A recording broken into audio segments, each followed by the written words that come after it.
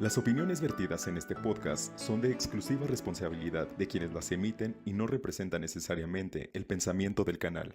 Bueno, hola, bienvenidos al podcast Psicoespiritual y hoy tengo un invitado muy especial, Enrique Fernández. Ajá, Tu nombre espiritual es Dev Suarán. ajá, Bienvenido. correcto.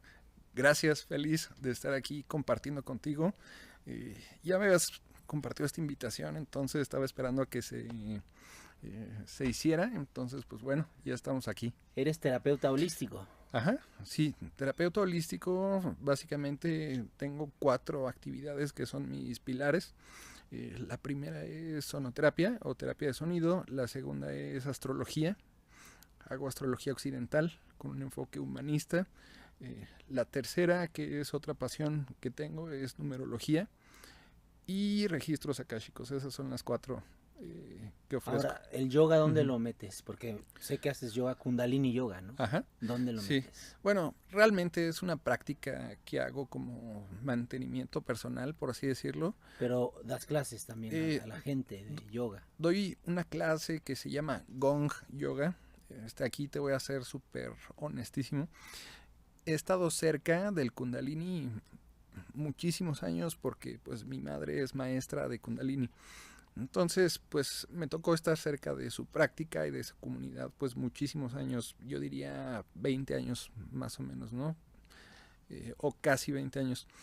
Entonces siempre he estado cercano, he tomado muchas clases y pues he estado cercano a eso. O sea, desde niño practicabas yoga. Adolescente, te diría, desde niño sí hacía artes marciales. Ahí hubo pues una conexión, quizá más adelante te platique de esa historia, pero mi práctica, como no estoy certificado como maestro de Kundalini Yoga, es un proceso pues muy profesional, muy estricto, muy completo para poder tener una certificación. La práctica que ofrezco se llama Gong Yoga, que es una práctica que está basada en ciertas grillas o secuencias de ejercicios de Kundalini, pero con la integración del gong, que es un instrumento que se usa en la terapia de sonido. Entonces mi práctica no es pura de Kundalini, incluye estos ejercicios, pero también gong.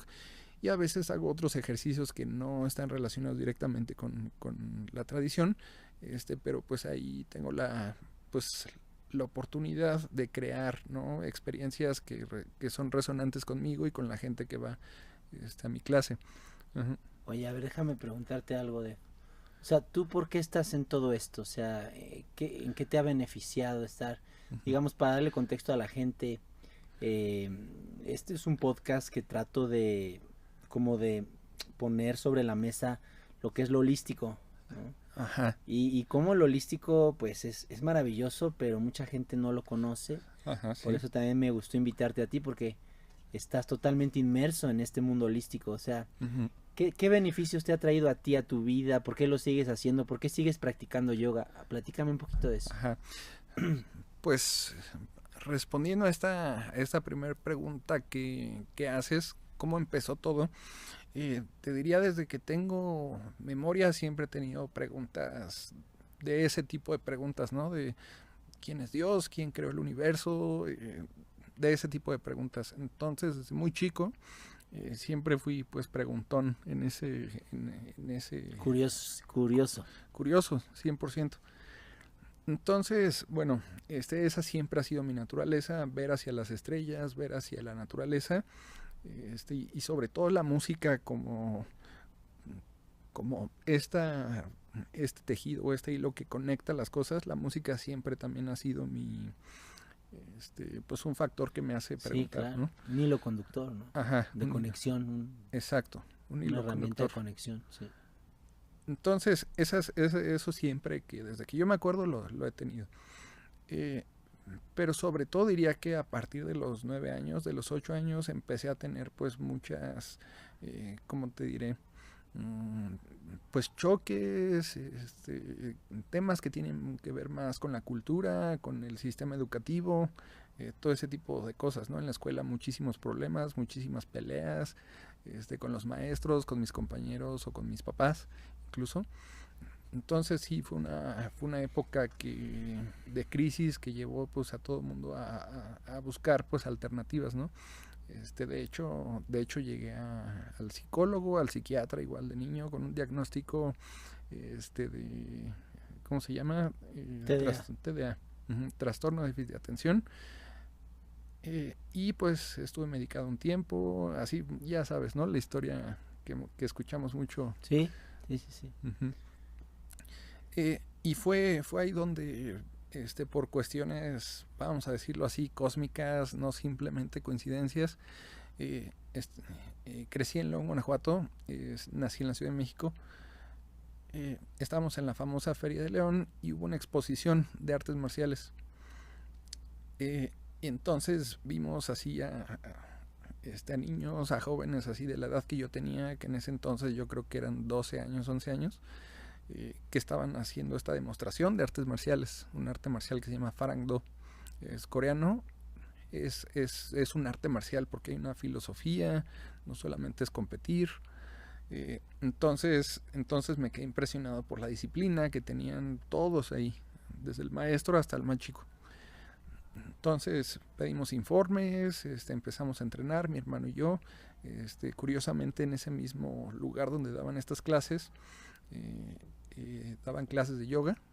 Entonces mi mamá también, por cuestiones de estrés y cosas así en la casa, por tener a 2 adolescentes latosísimos, se metió a clases de yoga. Y así fue donde la familia, pues digamos que giró hacia... Al mundo holístico. Al mundo holístico. Uh-huh.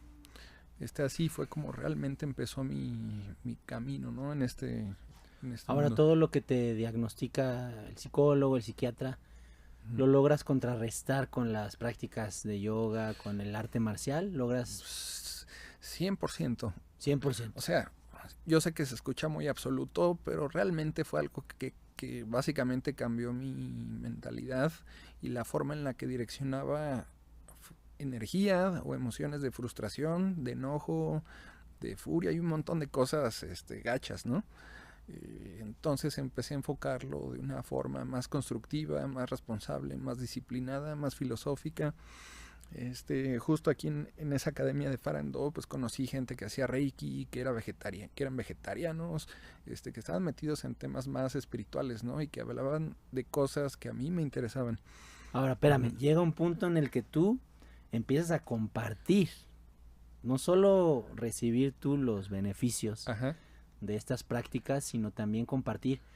¿Cuándo empiezas a compartir? ¿Cuándo empiezas a dar clases? Tienes un centro holístico aquí en Morelia, sí. Alquimia se llama. Ajá. ¿Y cuándo empiezas a compartir? Sí, bueno, después de ese tiempo pues pasaron muchas cosas, pero hubo cierto punto en el que yo estaba estudiando la carrera de mercadotecnia. Y justo a la par pues estaba trabajando para una universidad de negocios, o sea, estaba en otro rollo totalmente, pero siempre me interesaba la cuestión espiritual. Hubo cierto punto en el que me voy a Tulum, Quintana Roo, a trabajar en bienes raíces, porque también tenía mucho este tema de pues quiero generar un ingreso que sea más significativo, ¿no? Porque los sueldos que estaba recibiendo, pues, o sea, ya sabes, ¿no? El dilema que todos tenemos de quiero ganar más. Pero también siempre me interesó mucho la arqueología. Entonces, en mi corazón yo me iba porque iba a estar más cerca de todo este universo maya, ¿no? La conexión con el mar, claro, que también me gusta mucho. Pero pues al mismo tiempo pues estar en un trabajo que te hace generar pues un buen dinero, ¿no? Entonces me fui para allá por esa razón, para no hacerte la historia demasiado larga. Descubrí que eso no me hacía feliz para nada y que estaba perdiendo más que ganando, ¿no? En cuestión interna, en cuestión de corazón. Entonces eso y otras situaciones personales, por ejemplo, mi papá se enfermó, yo estaba en Tulum, ellos están en Toluca, Estado de México. Entonces ahí sí tomé una decisión drástica, dejé todo mi trabajo, dejé todas mis cosas. Ya había tenido acercamientos con registros akáshicos y con sound healing, porque mi mamá pues está muy conectada con esa onda. Decido dejar todo eso, me voy con mis papás después de muchos años de estar fuera de casa para estar pues nuevamente reconectado con ellos, ¿no? Y pues apoyarlos también. Entonces regreso a casa y justo es como, me gusta decirlo así, voy en un avión, me aviento del avión sin paracaídas y justo en la caída, que fue dejar todo mi trabajo, dejar todas mis cosas, me construí un paracaídas yendo a los cursos de Sound Healing, de astrología. Desde entonces no he parado de estudiar y desde entonces empecé a compartir Sound Healing. Pero lo que te lleva a compartir es como también hacerlo una forma de negocio, de forma de vida, o empiezas a sentir que hay que compartir esto porque sirve, la gente lo necesita como una misión. Ajá. Yo creo que fue más por responder a mi propósito y a mi misión. Y claro, la energía del dinero pues va de la mano. Jamás pensé en ganar más de lo que ganaba en Tulum, por ejemplo, por decirlo así. Claro. Pero me di cuenta que el dinero que tú ganas cuando haces algo que te gusta y te apasiona, te luce mucho más que cuando lo ganas y como que no te llena. Ahora, a ver, espérame. Si tú compararas, porque aquí en este podcast yo comparo mucho el tema del enfoque psicológico tradicional, de ir a hablar y hablar. Ajá. Incluso en estos enfoques te llevan al psiquiatra, porque yo digo mucho que la palabra y solo hablar y hablar no va a ser suficiente para resolver cosas que traemos, bloqueos energéticos. O sea, sí. tú, si pudieras comparar estos dos enfoques, ¿qué podrías decir de esto? O sea, lo holístico y lo clásico. Ajá. Sí, no puedes dejar de dar ejemplos sobre lo importante que es integrar un proceso terapéutico con muchas técnicas. Por lo menos las más básicas que se enfoquen en tu cuerpo físico, en tu cuerpo emocional y mental y en la parte espiritual. Si no están bien esas dimensiones, es difícil, es complicado. Si le hace falta, por ejemplo, tú puedes hacer mucha yoga, pero si no vas a una terapia con un psicólogo, con lo que quieras, no existe pues este enfoque holístico, como que no se completa el proceso. O sea, lo que tú te has dado cuenta es, igual que yo, o sea, lo importante de combinar, es decir, por un lado lo clásico, ir a hablar y hablar, por otro lado el cuerpo, el yoga, por ejemplo, es para eso, el cambio de alimentación, y también, sí, la parte espiritual, o sea, a veces, yo soy de la idea de que a veces hablar y hablar, que es es la mente, la mente, luego la gente confunde la mente, lo que piensa con su conexión espiritual. Entonces se confunde lo espiritual con la creencia, lo espiritual con la religión, y muchas veces lo espiritual yo lo relaciono más con una conexión profunda contigo mismo. Y eso, yo hago yoga y sé que el yoga, la práctica bien hecha te lo da. Te da esa conexión hacia adentro. Sí. Yoga es una manera de meditación, porque sí, la gente claro. lo cree que una cosa es yoga y otra es meditación, pero es lo mismo, o sea, es una manera de meditación estirando el cuerpo, ¿no? Sí. Y tú practicas yoga desde adolescente, ¿no? Y no lo has dejado de hacer.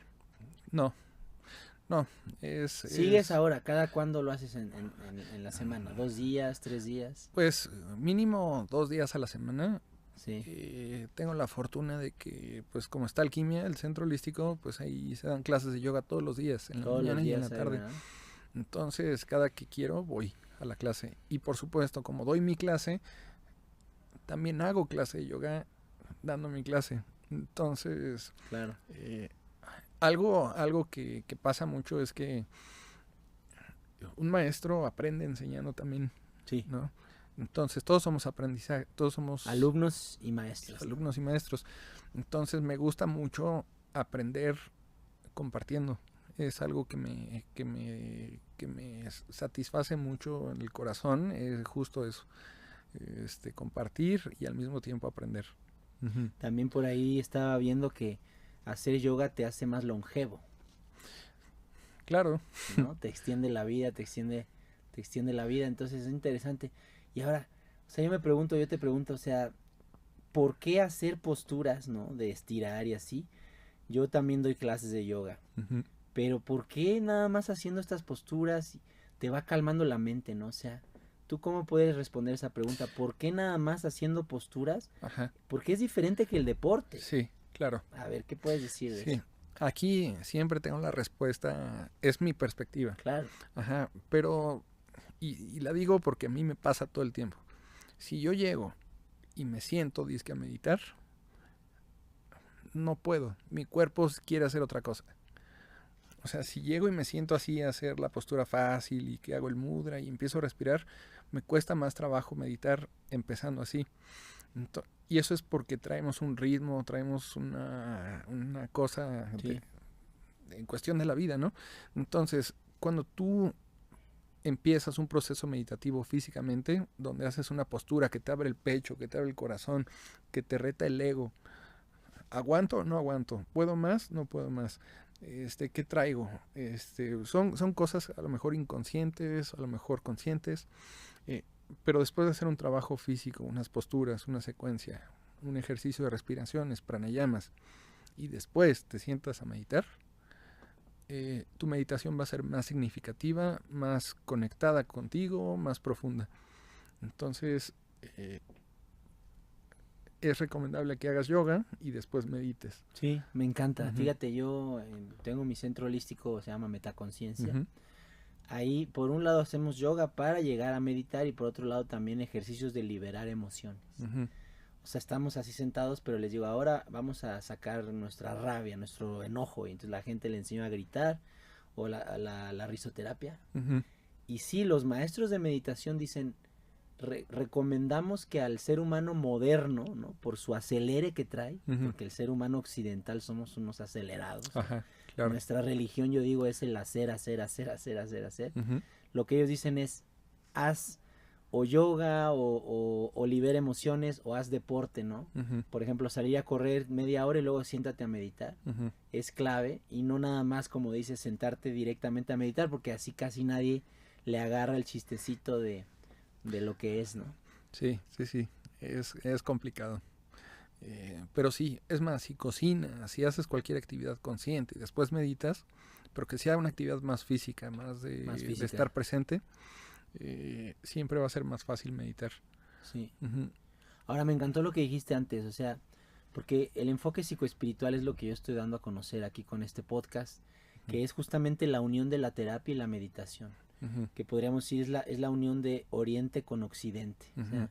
todo lo que es yoga, meditación viene de Oriente y lo que es terapia, constelaciones, psicología es muy occidental. Ujú. Y en esa fusión, lo que yo me di cuenta igual que tú, es que se complementan. Ujú. Y si nada más haces una línea, le va a faltar lo otro. Ujú. Claro, ¿Verdad? Eso, Ujú. eso es muy interesante. sí. Y ese es uno de los propósitos de este podcast, que la gente se entere. No nada más es ir a hacer tu terapia, sino también empezar a Ujú. practicar meditación. Ujú. ¿Por qué crees que se deben de combinar estos dos grandes perspectivas de realidad? Sí, bueno, en primer lugar siempre estamos atraídos a lo que está lejos, ¿no? Entonces es natural que uno observe algo que no encuentra de donde es, ¿no? Hay muchos europeos que llevan tradiciones de América a Europa. Y hay muchos,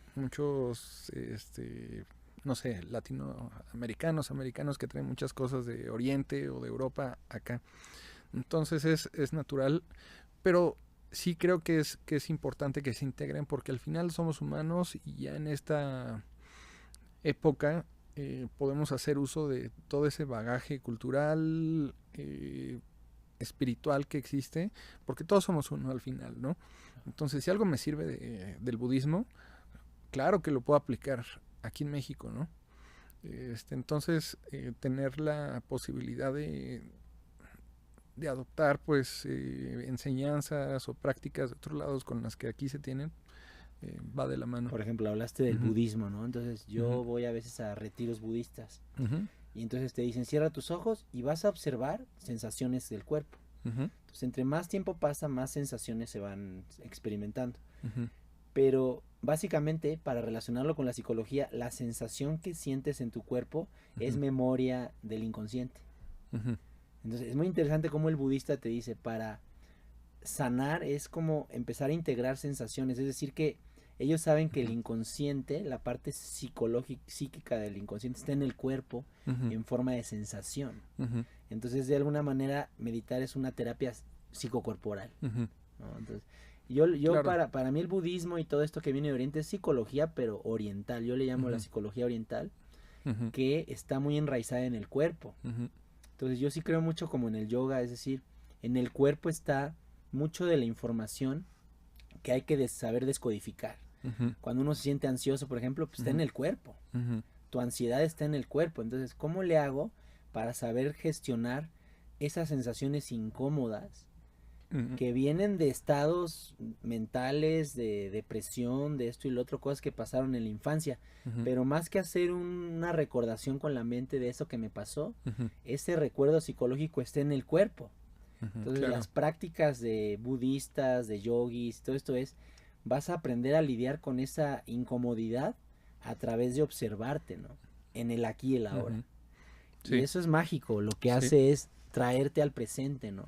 Sí, y claro, ese ejercicio de aprender a estar aquí, yo digo, es neurológico, o sea, no es una creencia el presente, o sea, es algo que tu cerebro empieza a experimentarlo, y cuando estás aquí y ahora puedes empezar a sentirte mejor.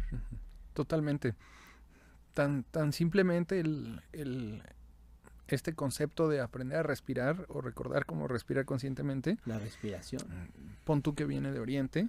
Seguro aquí en alguna tradición nativa de América, seguro también se habló de eso, se habla de eso.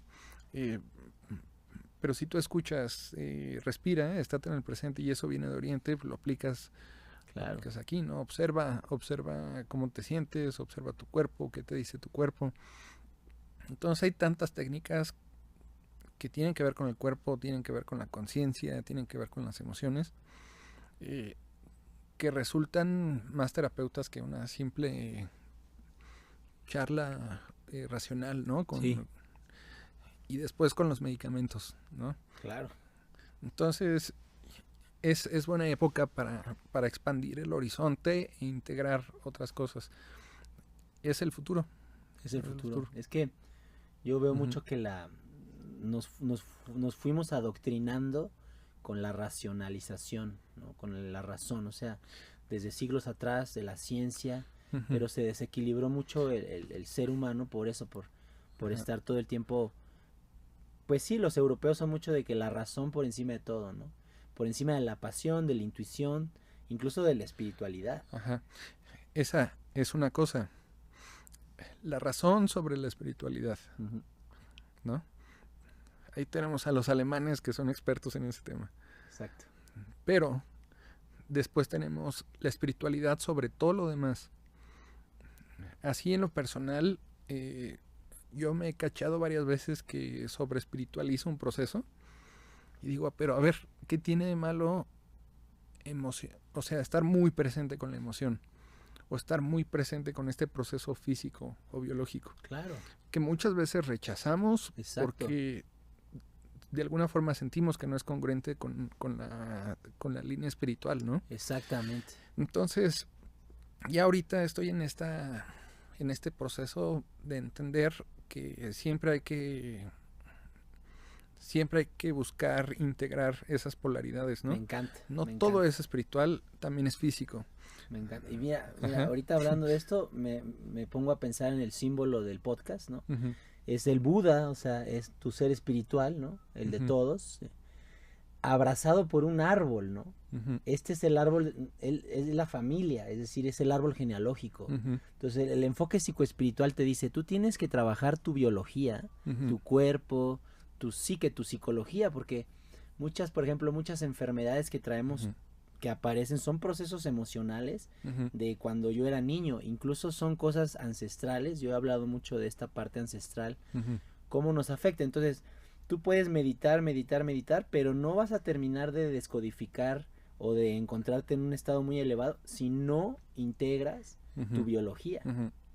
La tierra, es decir, es la unión de la tierra con lo celestial. Exacto. Y eso para mí es el enfoque correcto que por fin está llegando al mundo, porque por años es o uno u otro. Y me encanta lo que dices, porque yo también ya me di cuenta que los dos se complementan, y en esa complementariedad es que se pueden entonces entender las dos polaridades, espiritualidad y biología, ¿no? Carne y espíritu, ¿no? Sexo y espiritualidad. Ese es un ejemplo, ¿no? Por ejemplo, a ver, esto es una cuestión que se sabe, el catolicismo es mucho de estar muy conscientes del espíritu, ¿no? Y de los pecados, sí. Pero dejas de trabajar todo lo de acá abajo, ¿no? Sí. Entonces... La represión, ¿no? Es una represión. La represión, ¿cómo ha hecho daño eso? Pero bueno, ha hecho un daño, pero gracias a ese daño ya nos estamos dando cuenta de lo importante que es integrar ambas cosas, ¿no? Por eso hay épocas de despertares y revoluciones, como ahorita, o como hace 20 años, bueno, como hace 30 años, y tal, ¿no? Pero sí, es integrar esas polaridades. Por ejemplo, hablando del cristianismo, ¿no? Yo voy a misa, yo voy a retiros budistas, hago yoga, soy psicólogo. O sea, me gusta abrazar muchos enfoques, y el enfoque cristiano dice, hay que arrepentirse, ¿no? Pero entonces, ¿cómo te arrepientes sin haber pecado? Entonces, forzosamente el pecado es necesario para llegar al arrepentimiento. Es decir, esa es la naturaleza real de las cosas. Luz y oscuridad, carne y espíritu. Y el que no vaya abriéndose a esto no está en la realidad. Y la realidad es eso que llaman Dios. Entonces, Dios, de alguna manera, es lo que estamos platicando, es la unión de polaridades. Sí. No es fácil a la hora de integrarlo en la práctica. Eso es lo más difícil, porque entras al yoga y uno quisiera estar ya siempre en un estado de increíble centramiento, pero luego hay procesos familiares, económicos, ¿no? Cosas que pasan en el día a día que te sacan de tu centro, ¿no? ¿Tú ahí cómo le haces para regresar a tu centro? ¿Qué es lo que más te ayuda a ti? Sí, pues mira, lo que dices es súper importante, porque tú puedes ser un santo dando tu clase o tomando tu clase. No manches, qué práctica, qué sabiduría. Sí, maestro. Maestro. Ay, qué fácil. Estás en tu shala, estás en tu... Claro. En tu diván si eres psicólogo, ¿no? Bueno, ahí en el consultorio. Entonces, ¿qué pasa cuando estás en...? Porque todo es así. O sea, no es todo el tiempo estás acá. Eso de ahí, así es. Pero cuando te encuentres en la sombra, que tú detectes... Porque la sombra es tan importante como la luz. Es como el árbol. Las raíces están debajo de la tierra, están en lo oculto, lo que no quieres ver o lo que no se quiere mostrar, lo que sea. Pero ahí mismo están los nutrientes. Entonces, en la oscuridad... te acuerdas de tu práctica, te acuerdas de la enseñanza, aprendes a ver en dónde está el verdadero aprendizaje. Si la práctica está bien hecha, eso pasa. Porque luego puede ser que hay gente, yo he visto, yo hago meditación y les pregunto, ¿cómo? Pues la pongo en YouTube y ahí un ratito, 1 hora al día, les digo, eso no es practicar, o sea, tú lo sabes, o sea, uno se tiene que adentrar como si hubieras estudiado un doctorado, una maestría, o sea, una persona que practica meditaciones todos los días, y vas creando a nivel cerebral químicos y una neurología que luego te va a permitir navegar por la sombra de otra manera. Y ahí se ve, o sea, ya lo traes integrado. Dices, ya está integrado eso. No solo era una filosofía barata que leí en un libro de taoísmo de esto, o sea, hay una práctica bien hecha, y claro que da sus frutas a la hora de las crisis. Exacto. Claro que lo hace. Otro ejemplo, ahorita están muy de moda las plantas, ¿no? Sagradas. Entonces, ayahuasca, peyote, sapito, hongos. No puedes estar tomando estas medicinas todo el tiempo. Claro. Entonces, yo conozco gente que sí lo ha hecho y se psicotizó. Exacto. Ese es un problema, porque no puedes estar ahí todo el tiempo. Exacto. Quieren estar ahí, se vuelven adictos ahora a estar ahí. Pero a la hora de la crisis no la puedes enfrentar con tu ser transparentemente, ¿no? O sea, en el estado más natural.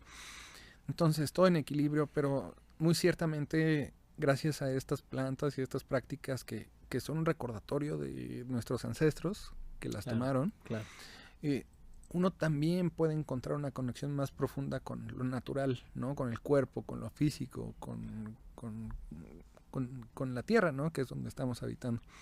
Entonces, son varios puntos que tú puedes integrar en tu vida y, y si a lo mejor haces todos que bien, o 4, o 3, o 2, los que puedas, vas a hacerte más fácil el proceso de saber quién eres, hacia dónde quieres ir, qué quieres, qué no quieres. Sí, me encanta. O sea, es como yo, a veces me acordé ahorita con lo que dices, o sea, yo me encanta lo holístico y los tés y lo natural y todo eso, pero si a veces ya entro en un proceso de bacteriológico, de algo que traigo ahí, me voy al doctor y me tomo mi antibiótico. O sea, no estoy peleado con la cosa normal porque hay que usar el sentido común. Entonces, mira, me encanta todo lo que hemos platicado, o sea, básicamente yo creo que todos tenemos un ego y también un espíritu precioso, divinidad y todo, y hay que saber cómo habitar los dos. Y yo creo que un maestro, alguien que se va desarrollando mucho en el desarrollo personal, es alguien que ya sabe usar su ego y también su espíritu, ¿no? Y hay momentos para todo. Claro. O sea, hay momentos de donde tú tienes que sacar tu ego a relucir y decir, pues así soy yo y estoy con estos errores y también tengo estos deseos, estas ambiciones mundanas, y al mismo tiempo también si nada más te dejas ir por eso te vas a volver loco. Y si nada más te quieres ir por la vía del espíritu, esta modernidad no te lo permite. Tendrías que irte a India o a un país de allá. Estamos en México. Estamos en México. Entonces, no se puede tampoco. Hay gente que dice, yo soy hippie o yo soy espiritual. No se puede porque tendrías que estar en un monasterio. Tendrías que vivir tiempo completo ahí.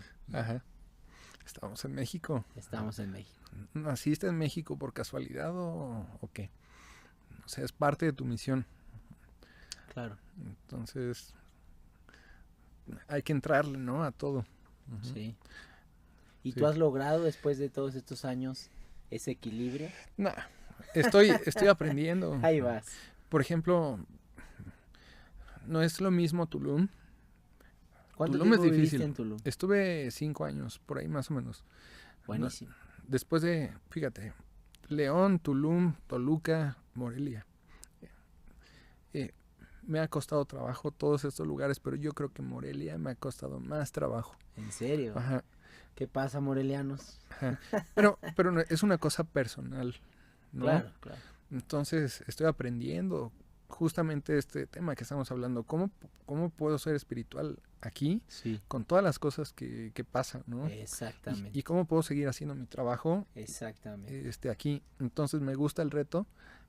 Entonces pues estoy ahorita en eso, ¿no? Yo creo mucho de esto que dices que la clave para poder ser espiritual es decir, no perder la conexión con lo espiritual y estar en la tierra y hacer tus negocios y todo eso, es tener una comunidad.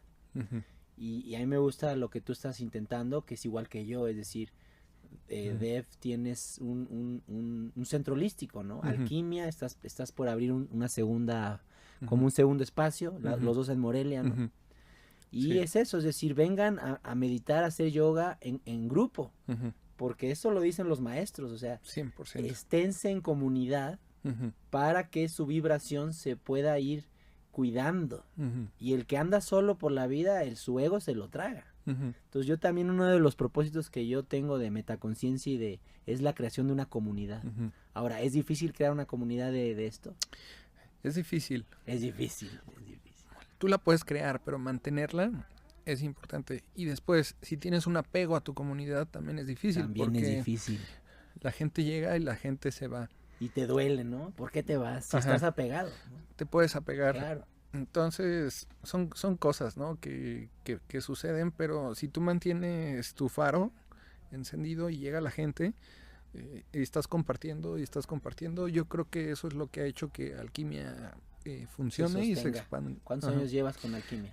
Vamos a cumplir 3 aquí en la Félix Ireta y ya estamos, yo creo que en julio, abriendo la siguiente sucursal en La Huerta, más o menos por esa zona. Y es una comunidad diferente, pero estoy feliz de saber qué va a pasar ahí, ¿no? No, padrísimo. Yo te deseo lo mejor y que te vaya increíble porque hacen falta comunidades holísticas, bien hechas, de gente que está bien formada, como sé que tú lo estás. Y se necesita que la gente venga a conocer este tipo de cosas, porque sí, ayudan. A ti te sirvieron, a mí me han servido muchísimo para vivir en un estado diferente. Obviamente faltan muchas cosas que ir trabajando, pero ya hay una estabilidad, Ujú. ¿no? De una espiritualidad ahí muy, Sí. muy conectada y todo. ¿Y cómo te encuentran el proyecto en las redes? Porque ya se nos fue el tiempo. Ajá. ¿Cómo te Sí, encuentran? busquen Alquimia Morelia. Alquimia Morelia. Ajá, ahí estamos en Facebook, en Instagram. Yo estoy como DEV, DEV. terapeuta, y ahí me pueden encontrar también. Pues gracias por venir, Ujú. Dev. Gracias a ti por invitarme. Y Ujú. y aquí es tu casa y bueno, seguiremos compartiendo Ujú. todo esto de lo psicoespiritual, psicología y espiritualidad y cómo Ujú. encontrar ese equilibrio entre lo más elevado y lo más ordinario que es Así es. la realidad. Así es. Gracias y que te vaya muy bien. Gracias a ti.